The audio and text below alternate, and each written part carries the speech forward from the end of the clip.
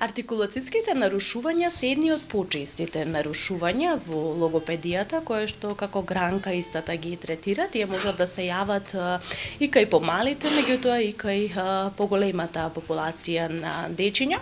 Што значат конкретно артикулацијските нарушувања по дефиниција, како да ги препознаеме, кога е вистинското време за логопедски третман и како тие влијаат на самодовербата на дечињата во нивниот процес на развој и која е секако главната улога на логопедот и како изгледа еден третман токму кај дечињата со артикулацијски нарушувања.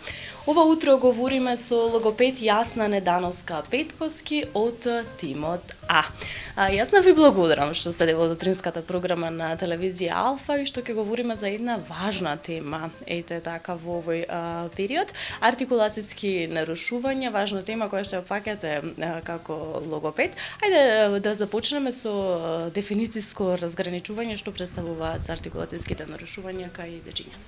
Благодарам и на вам што дојдовте денеска во нашиот центар. Најпрво би кажала што е артикулација. Артикулацијата е процес во кој гласот, слоговите и зборовите се формираат кога органите за артикулација, а тоа се велиците, забите, устните, тврдо, меко, непце и јазикот учествуваат во и го насочуваат текот на воздушната струја. Сега артикулацијските нарушувања, постојат повеќе дефиниции за артикулацијски нарушувања. Јас ќе се осврнам на дефиницијата на Владисављевиќ, кој кажува ги изедначува артикулацијските нарушувања со дислалијата и артикулацијски нарушување или дислалија е неправилен изговор на поединечни гласови. И тука постојат повеќе облици, повеќе категории, тоа е омисија, кога недостаток на поединечни гласови, може да биде во иницијална, медијална положба, финална положба, потоа субституција, која ги заменуваат гласовите со веќе научени гласови, со ненаучени кои им недостасуваат гласови и дисторзија, тоа се атипични и типични нарушувања на артикулацијата. Да, токму како што кажавте и самата вие, неправилно изговарање на гласовите, за кои гласови најчесто станува збор и ете зашто конкретно доаѓаат кај вас родителите со нивните дечиња? Најчесто се гласовите С, која е основа на таа група на тоа е сигматизам, се кажува дислалијата е сигматизам и најчесто гласот С, меѓутоа тука повлекува поголема група на гласови. Тука се С, З, Ш, Ж, Ч, Дж, Ц и Дз. Понатаму ротацизмот, тоа е неправилен изговор на гласот Р. Ламдацизмот, неправилен изговор на гласот Л и Л, Л е носител на групата. Капацизам, тоа е К, гамацизам, тетацизам, делтацизам, значи повеќето си имаат нели соодветни термини кои ние ги изговараме, меѓутоа најчесто се тие со С, Р, Л, К, Г на почетокот кај помалите дечиња, Т, Д. Јасна, кога е вистинското време да се посети логопед? Верувам дека имате и консултативни средби, како се одвива еден третман, еве конкретно за артикулацијските нарушувања со оние дечиња кои што имаат таков проблем и кога родителите најрано да осознаат дека детето има проблем и да го донесат на логопед, што советувате? Веднаш кога ќе забележат дека неправилно изговараат некој глас, треба да се обратат на логопед. Постои да речеме согласките А, Е, И, О, У, П, Б, Ф, В, Ј, Х, К, Г, Л, тие М, Н, тие се кои веќе до 3,5 годишна возраст треба да бидат усвоени, да бидат правилно изговорени и кога забележат на таа возраст, веднаш треба да се јават. Понатаму се Љ, се толерира неправилен изговор за Љ до 4 годишна возраст. За Н се толерира до 3-3,5 годишна возраст. Р тоа е веќе околу 4,5-5 годишна возраст кога можат да дојдат. С, З, Ш, Ж, Ч, Дж исто околу 3,5 до 4,5 годишна возраст треба да се јават на логопед. Како изгледа еден класичен третман за артикулацијско нарушување? Колку од една страна може да биде стресен за детето, отколку од друга страна вие како логопед го правите да биде сето тоа поинтересно така за дечињата? Индивидуален е секој пристап кај секое детенце. На почетокот кога доаѓаат, се обидеме да се прилагодат прво на средината, да се адаптираат на терапевтот и индивидуално е. Прво, кај помалите дечиња секогаш е тоа низ игра. Кај поголемите забележуваме, да речеме, што носи, како е облечен, кој му е омилен лик, какви играчки со кои играчки си игра, па тука се надоврзуваме дали игра некоја игра, која игра му е омилена и така се надоврзуваме да почнеме спонтан говор и да го опуштиме детенцето за да може да го прифати, да не биде класично учење, да биде учење низ игра. А кај помалите цело време сме низ игра за да може не да му наметнуваме ајде сега обиди се, кажи К, ајде сега Г, него тоа низ игра што гледаш и ги гледаме, да речеме, зборчињата во кој е присутен тој глас. Колку дечињата, од друга страна и родителите, нивни се трпеливи во целиот овој процес, се додека има резултати и кое е времето потребно за да има ефекти од логопедскиот третман? Време не е благодарно е да кажеме, секој индивидуално, многу зависи и од работата дома.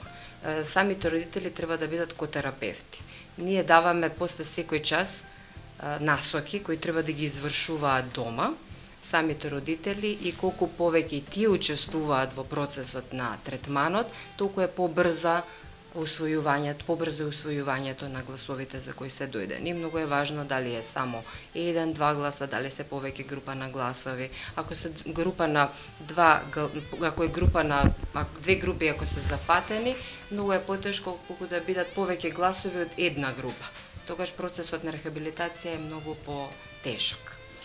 Така, верувам дека ги советувате и родителите, како што и самата напоменавте, да бидат котерапевти дома, односно верувам дека прават дечињата вежби и дома, па кои се најчестите совети кои што и те ги давате можеби на родителите? Најчесто родителите кажуваат дека тука работат, дома не сакаат да работат. Наверно дома има комфортна зона, па не сакаат, доволно е тука, одат во градинка, има доста и други активности. Најчесто им даваме сето тоа што сме го работеле да ги повторуваат.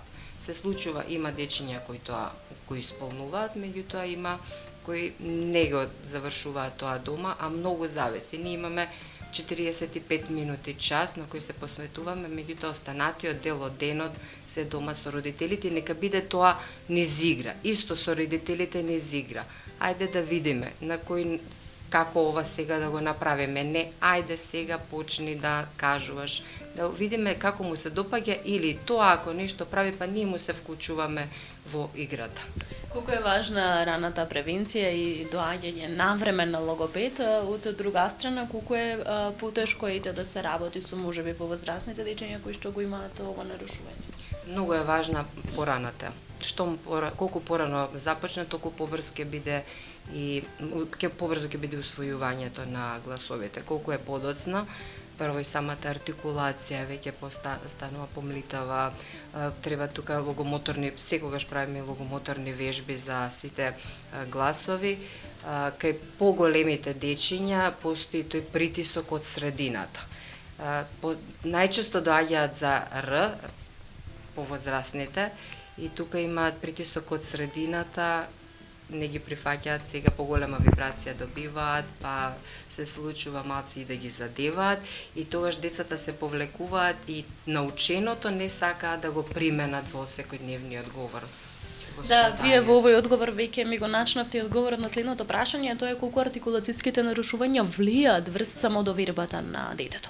Кај поголемите деца да, кај помалите не. Кај помалите, да речеме, до таа предучилишна возраст не, сакаат, работат, соработуваат, меѓутоа кај поголемите, веќе 15-16 и поголема возраст влијае, доста влијае на самодовербата, меѓутоа кај нив многу побрзо се добива таа вибрација. Успеваме брзо затоа што се свесни каде треба да го наместат, која е положбата на јазикот, тоа веднаш го усвојуваме, вибрацијата потоа ја добиваме и ја намалуваме дури, меѓутоа во училиште покрај другарите забележуваат дека ги задеваат. Ете, при самиот крај, каква е свеста денес за улогата на логопедот во развојот на детето, колку родителите се ажурни, да така ќе кажеме, да ги донесат на консултација, можеби нивните дечиња кај логопед, кој што го следи нивниот развој, потребен ли е матичен логопед за дечињата денес, исто како што имаме и матичен доктор, нели? Сигурно понатаму во иднина очекуваме дека треба да има матичен логопед и матичен рехабилитатор и едукатор, понатаму затоа што преваленцата веќе кај децата е многу зголемена. Неправилен изговор и останати потешкоти и со читање, со пишување, внимание, фокус, така да има потреба и би требало да постојат матичен логопед, и дефектолог, а свесни се родителите. Се повеќе и повеќе се заинтересирани, ги забележуваат, ги споредуваат, да речеме, со останатите деца, што не треба да го прават, секој си индивидуално, секој дете само за себе си има кога како ќе ги усвои работите. Меѓутоа, се почесто и почесто се јавуваат и тоа не радува, затоа што забележуваат на време и на помала возраст да ги средиме работите. Кој ќе биде апелот или пораката која ќе упатиме кон сите засегнати родители, можеби на дечиња со артикулацијски нарушувања или друг вид нарушувања? Штом забележите било каква неправилен изговор кај дечињата, било какви промени, слободно можете да се консултирате со логопед, со дефектолог, ќе добиете насоки за понатаму како треба да трае целиот тој процес. Јас ви благодарам за овие корисни совети, споделени информации за артикулацијските нарушувања и малку повеќе за улогата на логопедот денес, токму во Утринската телевизија на Алфа. Ви благодарам и вам. Говоревме за артикулацијските нарушувања и за тоа како тие влијаат врз развојот и врз самодовербата на дечиња. Да се надевам дека споделивме корисни информации и совети од логопед Јасна Недановска Петкоски од тимота.